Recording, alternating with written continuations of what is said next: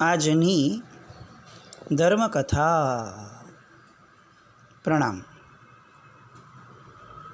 અંજના સુંદરી ચરિત્ર. એક નવયૌવના તરીકેની અંજના સુંદરીની જીવનની ઘટનાઓ. દીકરી તરીકે એને માતા પિતાને જે બાળપણની અંદરમાં કિલ્લોલ કરતી એક સરસ મજાની પ્રતિભા એની દર્શાઈ હતી. ત્યારબાદ પવનંજય માટે એક શરમાળ અને લજ્જાળુ એવી યુવતી પોતાના પતિનું નામ પણ ન લે અને પોતાના પતિના ગુણ ગાવા માટે લોકો તત્પર બને એવી જેના મનમાં ઈચ્છાઓ થતી હોય, પતિનું નામ આવતા જેના ગાલ પર શેરડાઓ ફૂટતા હોય, એવી એક લજ્જાળુ યુવતી. લગ્ન થયા, પતિ તરફથી કોઈ પ્રતિસાદ ન મળતા પતિના વિયોગની અંદરમાં અને પતિ ફરી પાછા આવશે જ એવા સંકલ્પની અંદરમાં ઝૂરતી એક પત્ની. 22 વર્ષ પછી પતિ પાછા આવ્યા અને જે રાત્રે પતિ પાછા આવ્યા છે એ જ રાત્રે એ જ ક્ષણે 22 વર્ષની એક પણ ઘટનાની નોંધ લીધા વગર પતિ માટે પૂર્ણપણે સમર્પણ ભાવ અકબંધ રાખીને જે જીવતી હતી એવી પત્નીવ્રતા મહાસતી કહી શકાય એવી અંજના. પતિ ચાલ્યા ગયા યુદ્ધભૂમિ પર અને સાસુએ આડ ચડાવ્યું. સસરાથી માંડીને નગરનું એક પણ વ્યક્તિ પોતાની પડખે નથી આવતું. સાસુને અનેક વાર સમજાવ્યા છતાં પણ સાસુની ક્રૂરતા અને સાસુએ અવિચારી જે પગલું લીધું છે એ પગલાંની સામે પણ સાસુનો વાંક ન જોતી એક ધર્માત્મા એટલે અંજના. પોતાના પિયરે જાય છે અને પોતાના સાવ નજીકના પોતાના સ્વજનો, પોતાના જનની પોતાની કહી શકાય એવા માતા પિતા, ભાઈ, લોહીના સંબંધે જોડાયેલા એક પણ વ્યક્તિએ પોતાની ઉપર વિશ્વાસ ન મૂક્યો અને પોતાના નગરમાંથી હાંકી કાઢ્યા બહુ ખરાબ રીતે. એવા સમયે પણ પોતાના માતા પિતા અને સ્વજનો પ્રત્યે કોઈ પણ પ્રકારનો દ્વેષ ન કરતી એક ક્ષમામૂર્તિ એટલે અંજના. જંગલની અંદરમાં એકલા રહેવાનું આવ્યું. ગર્ભવતી છે, પરંતુ ભગવાનની મૂર્તિ બનાવી અને ગુફામાંથી પણ પોતાની માટે એક અડગ જીવન અને આવનાર સંતતિ પ્રત્યે પૂર્ણપણે સજાગ, એના મનમાં ક્યાંય પણ આવનારાના મનમાં કે મનના ભાવોમાં ક્યાંય પણ પોતાના આગલા જીવનની છાયા ન આવે એ રીતે પ્રસન્નતાને વરેલી એક સુસંસ્કારી માતા એટલે અંજના. મામા આવ્યા, નગરમાં પાછા લઈ ગયા. જંગલના દુઃખમાંથી રાજમહેલના સુખમાં આવ્યા છતાં પણ લેશ માત્ર પણ જેની રેખાઓ મોઢાની કે મનની ફરી નથી એવી ગંભીરતા સભર સ્થિતપ્રજ્ઞ સ્ત્રી એટલે અંજના. પવનંજયનું ફરી પાછું મિલન થયું.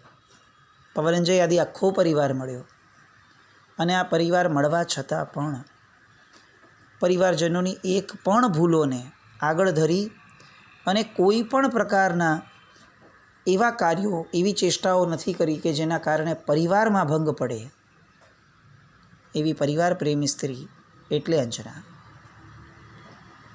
અનુપુરમાં પાછા આવ્યા. પવનંજય હવે નગરમાં જ રહેવાના છે, તો એવા સમયે પિતાની દેખરેખમાં બાળકની વિદ્યાભ્યાસની જે ક્ષમતાઓ વધારવાનું કાર્ય ચાલુ રહ્યું છે એ કાર્યની અંદરમાં બાળકની મનોસ્થિતિ પવિત્ર રહે એવું ઘડતર કરનારી ઘડતર શાળા એટલે અંજના. આવા અંજનાના અનેક સ્વરૂપો આપણે આ ચરિત્રમાં જોયા. એક સ્ત્રી એ જીવનમાં જેટલા રોલ પ્લે કરી શકે છે કદાચ એટલા રોલ પ્લે કોઈ પેઇડ એક્ટર પણ પોતાના જીવનમાં નહીં કરી શકતો હોય. પર્યાયો શું છે, પર્યાયોની અંદરમાં જે ભેદ પડતા જાય એ તમામ પર્યાયોની અંદરમાં નિષ્ઠાપૂર્વક, પ્રામાણિકતાપૂર્વક તે પર્યાયોને ન્યાય આપવા માટેનો પ્રયત્ન કરવામાં સ્ત્રીઓ જેટલી પરાકાષ્ઠાએ પહોંચી શકે છે, કદાચ પુરુષની એ ક્ષમતા નથી. નાનકડું દુઃખ આવતા ફ્રસ્ટ્રેશનમાં આવી જતા પુરુષો અને એની સામે આવા પર્વત જેવા દુઃખોની સામે પણ પર્વત કરતાં અડગ રહી શકે એવી સ્ત્રીઓ, એના દ્રષ્ટાંતો હંમેશા વધારે જ રહેવાના. અંજના મહાસતીનું ચરિત્ર આપણે ઘણા દિવસોથી જોતા આવ્યા છે. 30-35 દિવસ કદાચ થયા હશે. આખા ચરિત્રમાંથી ફક્ત સ્ત્રીઓને શીખવાનું છે એવું નહીં. પવનંજયની જે ધારા રહી એ ધારામાં ક્યાંય મેલ ઈગો એ આપણને પણ પરેશાન ન કરી જાય, હેરાન ન કરી જાય એવું પુરુષોમાં પણ શીખવા માટેની આ એક સરસ મજાની બોધકથા છે. ગમે તેવી પરિસ્થિતિની અંદરમાં પણ જો મનને સાચવીને રાખ્યું હશે, મનને બગડવા નહીં દીધું હોય, તો બધી જ પરિસ્થિતિઓ ફરીથી શુભ થઈ જશે. એની સાથે સાથે બધા વ્યક્તિઓ સાથે પણ શુભતા પ્રવર્તશે. આવી ધીરજ અને આવી સહનશીલતા, સ્વીકારશીલતા એ આપણા જીવનમાં આવે એવી બોધ કથા આપતી આ અંજનાની કથા. હનુમાનનું ઘડતર ચાલી રહ્યું છે. ગઈકાલ સુધી આપણે જોયું કે તીર્થંકર પરમાત્માઓના ચરિત્રો સંભળાવાય અને હનુમાન એક રસે એમાં તરબોળ થઈ જાય. બહુ આવશ્યક હતું. પિતા જે વિદ્યાઓ શીખવાડી રહ્યા હતા અને પૂર્વભવથી જે અતુલ્ય બળ લઈને આવ્યા હતા હનુમાન, એને જો ધર્મના રસ્તે ન વાળ્યું હોત તો આ બધી ઉર્જાઓ એ ચોક્કસપણે વિનાશ માટે આગળ વધત. વિકાસ થાય એનો ખૂબ આનંદ છે, પણ એ વિકાસ વિનાશ તરફનો ન હોવો જોઈએ. આપણું બાળક આગળ વધે એ બહુ સારું છે. નવી નવી સ્કિલ, નવી નવી વસ્તુઓ શીખે, નવી નવી ભાષાઓ શીખે, બહુ આનંદ છે. પણ એમાંની એક પણ વસ્તુઓ એની પવિત્રતાને વિનાશ તરફ લઈ જતી હોય, એની ગુણમય અવસ્થાથી એને દૂર રાખતી હોય, તો એનું ગૌરવ ન હોવું જોઈએ. બાળકને નૃત્ય કરતાં આવડે છે તો સારું છે કે બાળક નૃત્ય શીખી રહ્યો છે, પણ એટ ધ સેમ ટાઈમ સાવ નિમ્ન કક્ષાના સિનેમાના ગીતો ઉપર બાળક નાચતું હોય અને એવા સમયે જો તાળીઓ પાડવાનું મા બાપને મન થતું હોય અથવા લોકોને કહેવાનું મન થતું હોય કે મારું બાળક કેટલું સરસ નાચી રહ્યો છે, તો સમજી લેવું જોઈએ કે બાળક જૈન શાસનની અંદરમાં જન્મવાનું જે સૌભાગ્ય લઈને આવ્યો છે, એની સાથે સાથે કદાચ ભવિષ્યના ભવોને બગાડવા માટે, એ વિનાશ માટેના તમામ પ્રસંગો એના જીવનમાં આવે એવા ઘડતરવાળા મા બાપનું દુર્ભાગ્ય લઈને પણ આવ્યો છે. જે દીર્ઘદ્રષ્ટા નથી તે મા બાપ ન હોઈ શકે. જે ક્ષણિક આવેગો, જે ક્ષણિક શુભતા દેખાય કદાચ, પણ એની પાછળ જે સંસ્કારો, કુસંસ્કારો ઘરમાં પ્રવેશી જાય છે, એવું જે મા બાપો જોઈ નથી શકતા,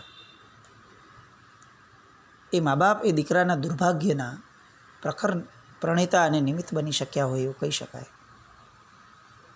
અંજના એક વસ્તુનું બહુ ધ્યાન રાખ્યું હતું. ઇનફેક્ટ આખા નગરે બધા જ લોકોએ એક વસ્તુનું ખૂબ ધ્યાન રાખ્યું હતું કે કોઈએ પણ હનુમાનને અંજનાની ભૂતકાળની અવસ્થાનો એક નાનકડો પણ કણ, નાનકડી પણ વાત હનુમાનને જણાવવા પણ ન દીધી.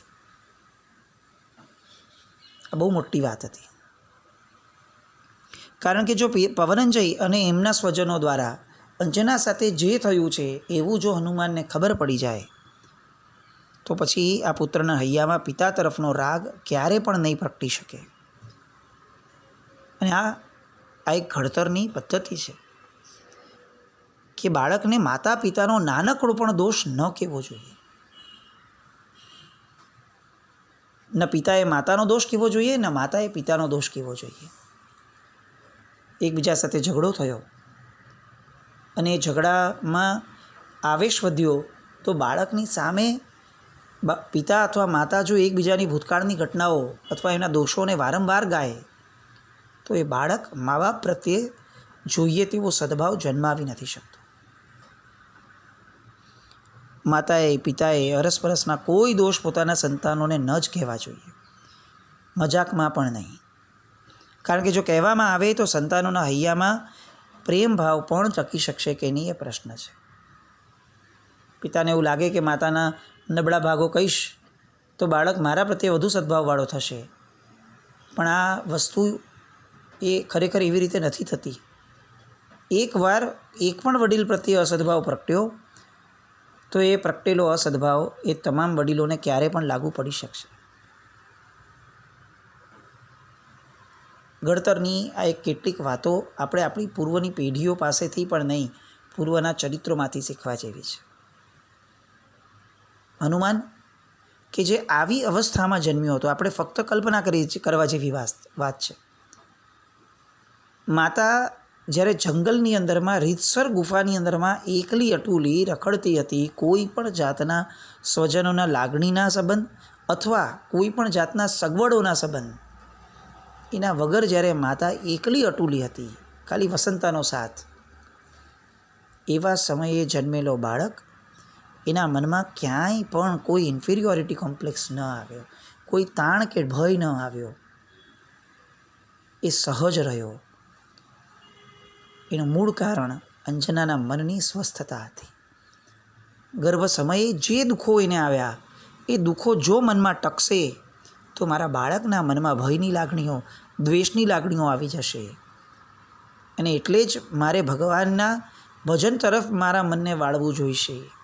આવું અંજના ગર્ભ સમયે પૂર્ણપણે જાગ્રતપણે આ બધી વાતોને જાણતી અને અનુસરતી હતી. એટલે આ જગતને હનુમાન નામનો એક ગુણમય પુંજ મળ્યો. અને જન્મ્યા પછીથી જ્યારે ઘડતર કરવાની વાત છે ત્યારે આત્માની પવિત્રતાની વાતો, એ વાતો દ્વારા એટલું બધું એના મનમાં મનુષ્ય ભવનું લક્ષ્ય સંચિત કર્યું કે હનુમાન એ જ ભવે મોક્ષગામી બન્યા. આપણે મોક્ષ કદાચ આપણા બાળકને અપાવી શકીએ કે નહીં એ તો આપણા હાથમાં નથી, ભલે કેટલાય ભવોમાં. પણ આપણા હાથમાં એ છે કે બાળકને સહજપણે આ સંસારના તમામ સુખ સગવડોના સાધનો પ્રત્યે સામાન્યપણે વૈરાગ્ય હોવો જ જોઈશે. અને એટલે જ બાળક નવકાર ભણી લે એ પછીથી એને હું આત્મા છું આવી વાતો, આવી રમતો, આ જ શૃંખલાઓ એની સામે મૂકવાની આપણે ત્યાં કેસરસુરી મહારાજ સાહેબ આદિ પૂર્વપુરુષોએ વાતો મૂકી છે. બાળકને 2 પ્રતિક્રમણ ને 5 પ્રતિક્રમણ માંડ ભણાવી શકીએ, ત્યાં તો વ્યવહારિક શિક્ષણ એટલું બધું હાવી થઈ જાય કે હવે જીવનમાં એક પણ નવું શિક્ષણ મેળવવાનું નથી. Higher education, post education degrees બધી, અને પછી જોબ, અને પછી લગ્ન, અને એની પછી બાળક, અને એની પછી સ્ટ્રગલ, બધું જ, અને પછી વૃદ્ધાવસ્થા કે જેમાં કોઈ શુભતાનો શોખ પાડ્યો નથી. એટલે એ સમયે પણ શુભતા તો યાદ આવવાની જ નથી. હવે આ બાળક કે જેને એના સાવ મુખ્ય સમય જે કહી શકાય હતો એના જીવનનો, એ સમયે ફક્ત સૂત્રોનું જ્ઞાન આપી અને આપણે એના મનમાં પવિત્રતા આવે એવું કઈ રીતે અપેક્ષા રાખશું? સૂત્રો એ મંત્રાક્ષરો છે.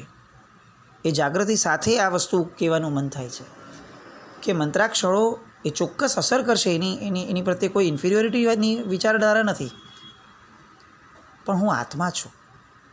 હું આ મનુષ્ય ભાવમાં કંઈક સમજવા માટે આવ્યો છું. સમજણ કેળવવા, સંસ્કારો કેળવવા માટે આ ભાવ છે. હું દીક્ષા ન લઉં એ બરાબર છે, કદાચ એટલી મારી કક્ષા થાય તો બહુ સારું, પણ ન થાય તો છેવટે હું સજ્જન તરીકે તો જીવું. એક જૈન તરીકે હું કોઈ સાધન સામગ્રી પાછળ ગાંડો ન બનું. એ મળે તો પુણ્યથી મળી છે અને જાય છે તો પુણ્યના અભાવે ગઈ છે. આવી સમજણ કેળવીને જીવવું, આવું જ્યાં સુધી બાળકને નાનપણમાં નહીં શીખવાડાય ત્યાં સુધી આ બાળક આ સમાજને, આ જગતને કંઈ જ શુભ આપી શકશે એવી વિચારધારા રાખવી એ વધુ પડતી છે. સૂત્રના જ્ઞાન સાથે બાળપણથી, પછી એ પાઠશાળામાં હોય, પ્રાઇવેટ ટ્યુશન્સમાં હોય, કે ઘરમાં રહેલી એક શિક્ષિકા મા નામની એના દ્વારા હોય, જવું આ જ જોઈએ. આજે કથા ઓછી વધે છે કારણ કે મુખ્યપણે હનુમાનનું ઘડતર જે રીતે અંજનાએ કર્યું, જે અવસ્થામાંથી કર્યું છે, એની છણાવટ કરવી બહુ આવશ્યક લાગે છે. હનુમાન જે પરિસ્થિતિમાંથી આગળ વધીને છેવટે સંધ્યાના રંગો જોઈને વૈરાગ્ય પામી અને છેવટે મુક્તિને વર્યા છે, એ અસામાન્ય છે.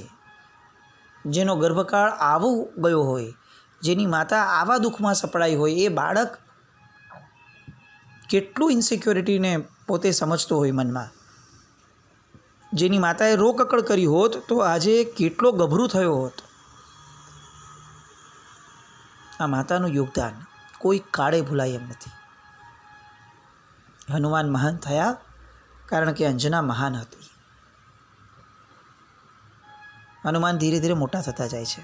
અનુપુર નગરની અંદરમાં એક પછી એક લોકો હનુમાનની આ વિદ્યાભ્યાસ, હનુમાનની આ જે આખી ધારા જઈ રહી છે શુભતા તરફની, દરેક વસ્તુમાં પાવરધા થવાની, એના દ્વારા એક એક વ્યક્તિના રોમ રોમની અંદરમાં હર્ષ છવાઈ રહ્યો છે. રોજના નાના મોટા પરાક્રમો થાય અને હનુમાન સૌનું દિલ જીતી લે, એવું એનું વ્યક્તિત્વ. આ એક વ્યક્તિત્વની સાથે હવે હનુમાનનો એક રોલ પ્લે બીજો એડ થાય છે. એ રોલ પ્લે છે રાવણ સાથેનો. અત્યાર સુધી અજૈન રામાયણની અંદરમાં આપણે જે સાંભળ્યું છે એ પ્રમાણે આપણે મનમાં એક કલ્પના જ કરીને બેઠા છીએ કે રાવણની સાથે યુદ્ધ કરવામાં સૌથી પ્રખર અને અગ્રીમ હરોળમાં જો કોઈ હતું તો એ હનુમાન હતો. અને હનુમાન એ રાવણ પ્રત્યે, રામના રાગના કારણે રાવણ પ્રત્યે દ્વેષવાળા હતા. આખી ઘટનામાં એની પૂર્વ ભૂમિકા રૂપે એક વસ્તુ છે જે અજૈન રામાયણ ક્યાંય લખતું નથી, અને જે જૈન રામાયણ બહુ જ સજ્જનતાપૂર્વક ને બહુ પ્રામાણિકતાપૂર્વક લખે છે કે હનુમાન એમના યૌવન અવસ્થાના સમયે સ્વયં રાવણની માટે યુદ્ધ લડ્યા હતા. પવનંજય એણે વરુણ ઉપર જે રીતે પ્રભાવ પાડ્યો અને વરુણ સાથે જે રીતે સંધિ થઈ, એ રાવણના મનની અંદરમાં એ સમયે બેસી ગઈ. એને પવનંજય પ્રત્યે અપાર સદભાવ જાગ્યો, પણ અહંકારી માણસ છે. એને સામાએ યુદ્ધ વગર આપણને આપણા લક્ષ્યને સિદ્ધ કરાવડાવ્યો છે, એટલે મારી સર્વોપરિતા સિદ્ધ તો ન જ થઈ. આ વિચાર જે છે એ રાવણને સતત ખૂંચતો રહ્યો. વર્ષો વીતતા ગયા અને રાવણને એવું લાગવા લાગ્યું કે બીજું બધું બરોબર થયું, અત્યારે પણ બધું શ્રેષ્ઠ ચાલે છે, વરુણ સાથેનો સંબંધ, વરુણની મિત્રતામાં કંઈ જ ખલેલ નથી પહોંચી, પણ ખટકે છે એ કે હું હજી પણ એના કરતાં સર્વોપરી સિદ્ધ તો નથી થયો ને. સંધિ થઈ હતી, કોઈ પણ જાતની લેવડ દેવડ ભલે ન થઈ, પણ જગત શું વિચારશે કે આવડી મોટી સેના લઈને ગયેલો રાવણ એ એમને પાછો આવ્યો વગર સેનાએ. મેં દાન લીધું કહેવાય આ તો, અને એ તો મારા ગૌરવને ને મારી ખુમારીને ઠેંસ પહોંચાડે એવી છે. આવો એને વાર તહેવારે વિચાર આવતો ગયો. વિચારોની માત્રા વધતી ગઈ. શરૂઆતમાં તો એ આ વિચારને શાંત કરી દેતા હતા કે એવું જરૂરી થોડી છે કે યુદ્ધ કરવું પડે, પ્રેમપૂર્વક એમણે આપ્યું છે, આને દાન કઈ રીતે કહી શકાય. આ તો પવનંજયની બુદ્ધિમત્તા હતી અને લાખો લોકોનો સંહાર ટળ્યો છે, આનાથી વધારે સારું શું હોવું જોઈએ. આવું પણ રાવણના હૃદયનો એક ભાગ એને જણાવતો હતો. પણ અશુભતા ધીરે ધીરે શુભતા ઉપર હાવી થતી ગઈ અને રાવણને વર્ષો પછી એ અંદરનો જે એ સળવળાટ છે એ ફરીથી ઉપરીય સ્તર પર આવ્યો. અને એક દિવસ એ વિભીષણ, કુંભકર્ણ, એના પુત્રને બધાને બોલાવી અને ઇન્દ્રજીત વગેરેને વાત કરે છે કે જુઓ, મને ઊંઘ નથી આવતી. કેમ? તો કે વરુણ મારી ઊંઘ બગાડી ગયો છે. એટલે તરત ઇન્દ્રજીત ઊભો થયો કે વરુણે શું લંકા ઉપર આક્રમણ કર્યું છે? તો કે ના ના, એવું તો કંઈ નથી, પણ મારે એ અભિમાનીનું અભિમાન ખંડિત કરવું છે. અને વિભીષણ તરત કહે છે કે આટલા વર્ષોથી મૈત્રીના દાવે જીવતો એવો એ વરુણ અભિમાની એ કઈ રીતે કહી શકાય? રાવણ મનની વ્યથા કહે છે અને વિભીષણ બહુ સ્પષ્ટપણે પોતાનું મંતવ્ય આપે છે. અભિમાની એ નહીં ભાઈ, અભિમાની તમે છો. અભિમાનની સૌથી મોટી ખાસિયત એ છે, અહંકારની સૌથી મોટી ખાસિયત એ છે કે હંમેશા એ સામા વ્યક્તિને જ અહંકારી તરીકે ચિતરે અને એના બહાને પોતાના અહંકારને છાવરી લે. અને એટલે વિભીષણ સ્પષ્ટપણે કહે છે કે આપ ખોટું કરી રહ્યા છો. રાવણ માનતો નથી. મિત્રતા, સહજતા, પ્રેમ ભાવ આ બધી વાતો વિભીષણ ફરી ફરીને યાદ કરાવે છે, પણ રાવણને કોઈ જ અસર થતી નથી. અને એ ભડકાઉ રીતે એના દીકરા સામે વાત મૂકે છે ને કુંભકર્ણ સામે વાત મૂકે છે કે દુશ્મન સાથે વળી કેવી મિત્રતા. એ તો ખર દૂષણને એકવાર મુક્ત કરી લેવા માટે પવનંજયનો પેત્રો હતો, પણ બાકી કોઈ કાળે પણ એનું અભિમાન ખંડિત ન કરું ત્યાં સુધી મને ચેન નહીં પડે. વિભીષણ નીતિશાસ્ત્ર આગળ ધરે છે કે એકવાર સંધિ કર્યા પછીથી આ વિશ્વાસઘાત થશે. અને એટલે રાવણ કહે છે કે વાત તો એ સાચી જ છે, હું પણ એ જ ગૂંચવાઈ રહ્યો છું કે નીતિશાસ્ત્ર એ મને આમાં જરા પણ સહમતિ નહીં આપે, પણ હું મનથી અંદરથી સિધાઈ રહ્યો છું. કંઈક તો કરવું જોઈએ એ વિચારના માટે જ મેં તમને બોલાવ્યા છે. અને રાવણ વ્યગ્ર બન્યો. ઇન્દ્રજીત જે રાવણનો અંશ લઈને જન્મ્યો હતો, એણે તરત જ રાવણની વાતને ટેકો આપ્યો. આપણે એવું કંઈક નક્કર કારણ શોધવું જોઈએ કે વરુણે મિત્રતાનો ભંગ કર્યો એવી વાત ઊભી કરી અને વરુણ ઉપર ચડાઈ કરી દઈએ તો કેવું. પૂર્ણપણે અસહમત થઈને વિભીષણ ત્યાંથી વિરોધ નોંધાવી અને નીકળી ગયા. પણ હવે રાવણની સાથે ઇન્દ્રજીત પડ્યો અને વરુણ પર જે ચડાઈની વાતો થાય છે એમાં હનુમાનનો રોલ પ્લે કઈ રીતે આવે છે, એ કઈ રીતે ઇન્વોલ્વ થયા, એ બધી વાતને આવતીકાલે સંવેદીએ. જીનાજ્ઞા વિરુદ્ધ કંઈ પણ બોલાય તો ઈચ્છામિ દુક્કડમ જૈનમ જયતિ શાસન.